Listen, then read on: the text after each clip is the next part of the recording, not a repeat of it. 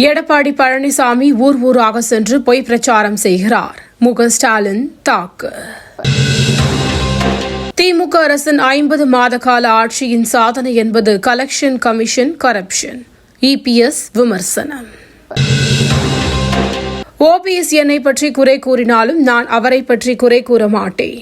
நயினார் நாகேந்திரன் பேட்டி.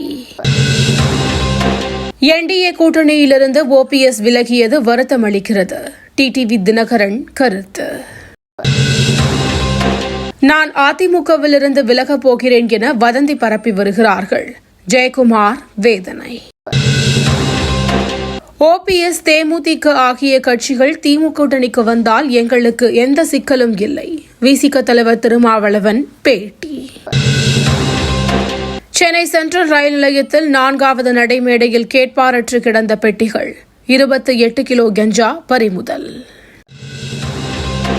மறைந்த நகைச்சுவை நடிகர் மதன் பாப் சென்னை பெசன்ட் நகரில் உடல் தகனம்.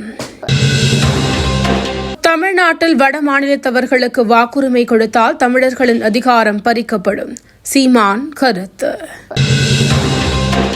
இந்த முறை என் பிரச்சாரம் வேற மாதிரி இருக்கும். பிரேமலதா விஜயகாந்த் பேச்சு.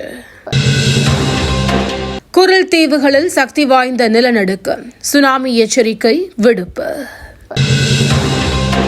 உலக பணக்காரர்கள் பட்டியல் எலான் மஸ்க் தொடர்ந்து முதலிடம். ஜம்மு காஷ்மீரில் 3 பயங்கரவாதிகள் சுட்டுக் கொலை. ராணுவ வீரர் காயம். சென்னையில் பரவலாக மழை. குளிர்ந்த சூழல் நிலவியதால் மக்கள் மகிழ்ச்சி.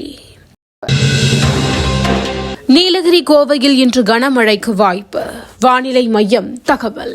தினந்தோறும் காலை தலைப்புச் செய்திகளை உடனுக்குடன் தெரிந்து கொள்ள வணக்கம் இந்தியா நியூஸுடன் இணைந்திருங்கள்.